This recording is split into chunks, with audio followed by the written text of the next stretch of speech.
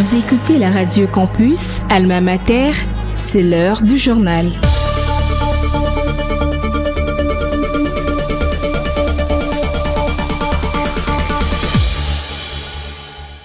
Vous faites bien de choisir la 107.6 MHz pour vous informer. Je m'en vais vous présenter les principaux titres de ce journal. Le gouvernement s'est réuni vendredi à la Cité de l'Union africaine pour la 58e réunion du Conseil des ministres. Outre la communication du président, la situation sécuritaire, épidémiologique et socio-économique du pays a été examinée. Décès du professeur Thierry Loukeba-Ngouaba, la communauté académique lui a rendu hommage ce samedi 13 septembre devant la faculté des médecines de l'université de Kinshasa. Et l'invité de ce journal est M. Kogito Massia, ministre adjoint en charge de la communication, de la coordination estudiantine de l'université de Kinshasa. Avec lui, nous allons aborder la question du report de la date des fermetures du guichet des paiements des frais académiques décidés par le comité de gestion. Voilà tout pour le sommaire. Une fois de plus, bienvenue dans ce journal. Comme je l'ai annoncé au sommaire, le gouvernement s'est réuni vendredi à la Cité de l'Union africaine pour la 58e réunion du Conseil des ministres. Outre la communication du président de la République, la situation sécuritaire, épidémiologique et socio-économique du pays a été examinée. Le gouverneur de la Banque centrale a présenté un rapport sur l'évolution du marché des changes et des biens et services. Le Conseil a également étudié la structure des prix des produits pétroliers dans les zones sud et est, exposée par le vice-premier ministre de l'économie nationale. Le gouvernement congolais et les mouvements rebelles AFC M23 ont signé le 12 septembre un mécanisme d'échange des prisonniers annoncé par Massad Boulos, conseiller du président américain pour l'Afrique. Le CICR jouera le rôle d'intermédiaire neutre pour faciliter les libérations. Les États-Unis saluent l'appui du Qatar et appellent le parti à avancer vers un accord de paix durable. Expliquer le mouvement en économie, c'est le titre de l'ouvrage du professeur Kabea Chikuku de la faculté des sciences économiques et des gestions de l'université de Kinshasa. Le vernissage de ce livre a eu lieu ce samedi 13 septembre à l'hôtel Sultani. Pour le professeur Kabea Chikuku, la compréhension du mouvement est un préalable pour prévoir l'émergence en économie. Je vous propose de l'écouter. Nous sommes un pays grand, géant même, assez difficile à gouverner, assez difficile à orienter, avec une économie qui était jadis prospère parmi les économies coloniales d'Afrique. Mais depuis 1960, nous sommes sur une pente descendante. Deux chiffres. En 1960, nous avions, par tête d'habitants congolais, quelque chose comme $1040 de revenus annuels. $1040 par tête d'habitant. C'est une moyenne. Aujourd'hui, on a 470 par tête d'habitant. De 1040 à 470, vous voyez la tendance. La tendance est résolument à la baisse, avec des hauts et des bas, mais le mouvement nous porte à la baisse. C'est le mouvement économique, socio-économique plus précisément. Mais lorsque beaucoup d'économistes que vous écoutez, que vous entendez, parlent de l'émergence demain, on se demande comment ils vont renverser la tendance. À la limite, on se demande même s'ils comprennent la tendance. La tendance que nous avons est une tendance qui est très regrettable, qu'il faut absolument s'efforcer de renverser. Mais ils ne parlent pas de renversement, ils parlent tout simplement d'émergence. Comment se fera l'émergence si le mouvement est tel à la descente? Deuxième chose, nous avons des contrats, des accords avec les institutions de Bretton Woods, c'est-à-dire la Banque mondiale et le Fonds monétaire international, qui nous accompagnent depuis 1979 dans la stabilisation de l'économie. Quelque chose qui doit changer, qui doit être révolutionné, dont le sens doit être retourné. Est-ce qu'il faut le stabiliser? C'est une question réelle. Et c'est dans cette confusion que les enseignements de l'économie sont donnés à ma faculté. C'est dans cette confusion de genre qu'on ne comprend pas très bien d'où l'on va et où l'on vient. Or, les économistes, ce sont des lampadaires de la République. Et nous posons donc le problème avec mon équipe à l'IRES. Nous avons posé le problème de savoir si réellement nous avons appris ce que c'est que le mouvement en économie.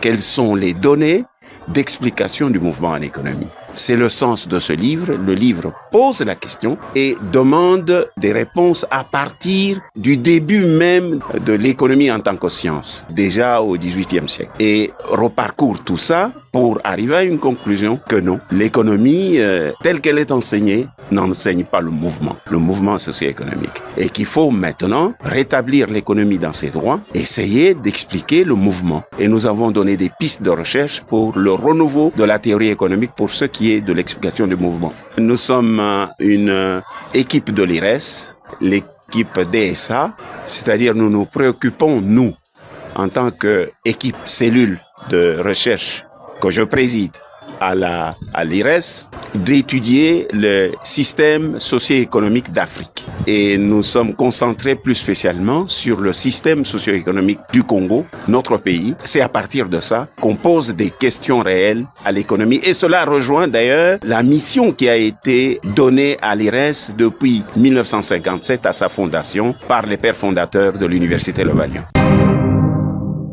L'année 2025 s'illustre tristement à l'université de Kinshasa, marquée par la disparition de 25 professeurs, parmi eux le professeur Thierry Loukeba Ngwaba, neuropsychiatre récemment certifié, s'est éteint dans la nuit du 1er au 2 septembre à l'hôpital Moncolé de suite d'une courte maladie. La communauté académique lui a rendu hommage ce samedi 13 septembre à la faculté des médecines. La communauté universitaire est profondément bouleversée par le décès du professeur Loukeba, survenu à peine 10 jours après la soutenance de sa thèse. Son départ brutal laisse un vide immense au sein de sa famille, de ses collègues ainsi que de la faculté des médecines, comme l'a rappelé le professeur Kigoti Kasereka, représentant du recteur. Cette fois-ci, c'est un deuil qui nous trouble, qui nous bouleverse, parce qu'il s'agit du départ, il s'agit de la mort du professeur Loukeba, qui venait de soutenir sa thèse le 22 août. Donc, à peine 10 jours après la soutenance de sa thèse, il s'en va. Que pouvons-nous dire devant un tel événement bouleversant? Nous pouvons seulement rappeler ce que Job a dit lorsqu'il a été durement éprouvé. Après tous les membres, tous ses enfants, il a dit « Dieu a donné, Dieu a repris ». Dieu avait donné le professeur Loukeba, Dieu l'a repris, mais son départ laisse dans nos cœurs un chagrin profond, un bouleversement, tant au niveau des membres de famille qu'au niveau de ses collègues qu'il côtoyait chaque jour à la faculté de médecine et spécialement au centre neuropsychopathologique CNPP. En fait, cette année, l'université a perdu beaucoup de professeurs et la perte de ce professeur qui vient de partir en est de trop, nous pouvons dire. Mais nous sommes impuissants devant la mort, nous ne pouvons qu'accepter la volonté du Dieu Tout-Puissant. Je vais me limiter à présenter les condoléances les plus émues à la famille de l'illustre disparu, à la faculté de médecine et à toute l'université de Kinshasa.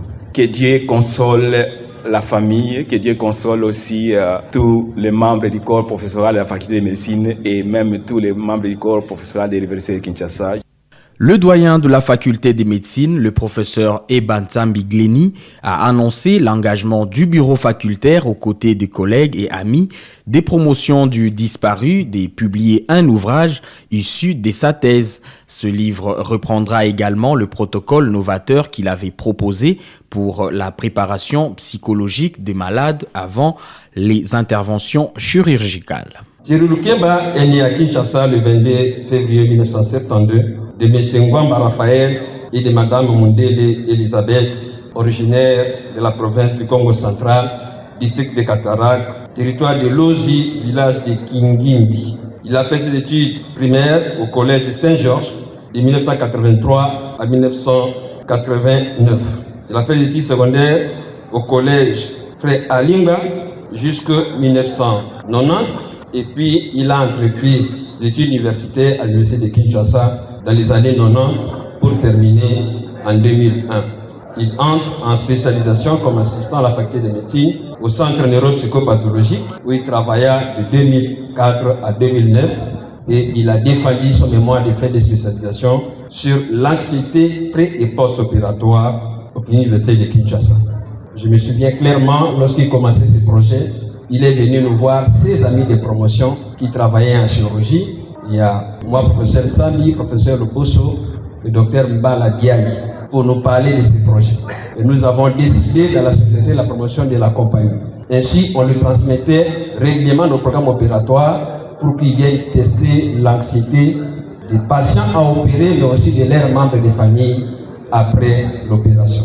Et c'est dans ce cadre-là qu'après son mémoire, il a poursuivi ses recherches sur le même thème pour défendre sa thèse sur l'anxiété préopératoire, facteurs de risque et préparation psychologique à Kinshasa. Ce mémoire ayant été défendu, on attendait un événement particulier, c'était la collation des grades académiques. Et quelques jours avant cette collation, sa vie terrestre a été estompée. Mais par obligation administrative, le recteur du lycée de Kinshasa a procédé à la collation des grades et a proclamé Thierry Loukeba agrégé de l'enseignement supérieur en médecine. En ce jour-là, nous avons refusé de pleurer, nous avons acclamé sa mémoire comme cela a été fait à l'église parce qu'il a été un héros. Et à ce titre, nous prenons engagement comme membres du bureau facultaire, mais aussi comme les amis de promotion de Thierry Loukeba, de produire un livre qui sera diffusé sur sa thèse. Mais aussi, il a proposé un protocole de préparation psychologique des malades avant les opérations. Nous produirons un livret que nous allons diffuser dans tous les hôpitaux de Kinshasa et de l'ensemble du pays pour que désormais cet aspect d'anxiété préopératoire soit pris au sérieux. Les délégués facultaires de la faculté des médecines, Israël Munzuluba, a salué la mémoire du professeur Thierry Loukeba. Il voyait en lui un académicien d'exception, un passionné et humble dont l'œuvre en faveur d'une médecine plus humaine restera un héritage pour les générations futures. Après avoir célébré avec admiration et fierté la soutenance de thèse d'un homme d'exception, nous avons amèrement regretté sa disparition survenue si peu de temps après ce moment de triomphe académique. Le professeur Dr Thierry Loukeba Ngwamba n'était pas seulement un académicien accompli, il était une source d'inspiration. Son parcours témoigne d'un engagement envers la science médicale, d'une passion pour la formation et d'une humilité qui marquait chacun de ses pas. Sa vie, bien que brève, au regard de notre espérance, a été remplie d'un sens qui transcende le temps. Comme neuropsychiatre au sein du centre neuropsychopathologique de Kinshasa, il portait la lourde mais noble mission de soigner les blessures invisibles de l'âme et de l'esprit. Dans un contexte où les pathologies mentales sont souvent stigmatisées ou négligées, il a incarné l'avant-garde, ouvrant des schémas nouveaux pour une médecine plus humaine, attentive et intégrale. Son travail demeure un héritage scientifique et humain qui continuera de nourrir les générations à venir. Pour nous, étudiants en médecine, il a incarné ce que nous aspirons à devenir. Un médecin érudit, un pédagogue généreux, mais surtout un être humain profondément habité par le sens du devoir. Il nous laisse une leçon silencieuse mais impérissable. La grandeur ne se mesure pas au nombre de jours vécus, mais à l'impact que nous laissons dans le cœur et dans les esprits des autres. À sa famille biologique, à ses collègues, à toute la communauté universitaire, nous exprimons au nom de tous les étudiants de la faculté de médecine nos condoléances les plus émues. Qu'il repose en paix et que son exemple continue de nous guider. Que chaque étudiant qui franchit les portes de cette faculté puisse se souvenir que dans le sillage du professeur Loukeba, nous avons le devoir de poursuivre l'excellence avec courage et fidélité. On va prendre à présent l'invité du journal. Vous êtes branchés sur la radio Campus Unikin, la radio du savoir, sur 107.6 MHz, votre radio. Monsieur le ministre, bonjour et bienvenue. Bonjour, messieurs les journalistes. La coordination estudiantine de l'université de Kinshasa a pris part à la réunion qui a été convoquée par le comité de gestion en rapport avec les paiements des frais académiques et la date fixe qui stipulait la fermeture des guichets le 13 septembre. Alors, peut-on savoir quelles sont les résolutions qui découlent de cette réunion que vous avez pris part? Oui, messieurs les journalistes, la fermeture de guichets prévue pour les paiements des frais académiques pour l'année 2024-2025, initialement prévu pour le samedi 13 septembre, est reportée au 30 septembre. Cette décision intervient suite aux plaidoiries menées par la coordination estudiantine chapeautée par les cordons Voldi Ilunga ainsi que les 00D Merdi Longonia auprès des autorités académiques. Et au nom de la coordination estudiantine de l'Université de Kinshasa, messieurs les journalistes, nous tenons à exprimer notre profonde gratitude au comité de gestion pour avoir pris en compte la demande du coordonnateur des étudiants concernant les reports de la date limite de régularisation des frais académiques. Ce geste, messieurs les journalistes, qui repousse l'échéance du 13 septembre au 30 septembre, témoigne une attitude bienveillante et parentale de la part des autorités universitaires, parce qu'ici, ils ont agi non seulement comme gestionnaires, mais comme parents soucieux du bien-être, allais-je dire, de leurs enfants, en tenant compte de réalités que traversent certains étudiants. Monsieur le ministre, alors quelle sera la conséquence pour les étudiants qui ne seront pas justement en ordre avec les paiements des frais académiques, dépasser la date qui a été fixée? Oui, messieurs les journalistes, c'est ici pour nous l'occasion de rappeler à tous les étudiants concernés à ne pas vraiment abuser de cette décision. Ces reports n'est pas une dispense, messieurs les journalistes, mais une opportunité offerte avec confiance par les autorités académiques. Il est impératif que chacun, plutôt, allais-je dire, prenne ses responsabilités et régularise sa situation avant le 30 septembre. Faute de quoi, ces étudiants verront leurs inscriptions être annulées. Et comment la coordination estudiantine va-t-elle se mobiliser pour permettre aux étudiants de capter plus facilement ces messages et se préparer en conséquence pour s'acquitter avec les frais académiques? Oui, la coordination estudiantine de l'Université de Kinshasa reste mobilisée pour accompagner les étudiants dans ces processus. Mais il suffit de signaler que la réussite de cette démarche dépend de l'engagement individuel de chacun. Et donc, chers camarades étudiants et étudiantes, soyons reconnaissants, soyons responsables. Monsieur le ministre, merci d'avoir répondu à nos questions. C'est moi qui vous remercie, messieurs les journalistes. Vous l'avez certainement compris, c'est la fin de cette édition du journal présenté par Lucien Pungwe. Mais avant de nous séparer, je vous rappelle les principaux titres. Le gouvernement s'est réuni vendredi à la Cité de l'Union africaine pour la 58e réunion du Conseil des ministres. Outre la communication du président de la République, la situation sécuritaire, épidémiologique et socio-économique du pays a été examinée. Décès du professeur Thierry Loukebangwaba, la communauté universitaire, la communauté académique lui a rendu un hommage ce samedi 13 septembre devant la faculté de médecine de l'université de Kinshasa. L'invité de ce journal était M. Kogito Massia, ministre adjoint chargé de la communication de la coordination estudiantine de l'université de Kinshasa. Avec lui, nous avons abordé la question du report de la date des fermetures des guichets des paiements des frais académiques décidés par le comité de gestion. Mise en onde par Emmanuel Boutella, concours rédactionnel Jean-Paul Koutoumissa. La technique est assurée par Sylvain Chizungu, Jason Loudem, sous la supervision de Luxen Kinounou. L'actualité reste en continu sur la 107.6 MHz et sur notre site internet www.unikin.ac.cd.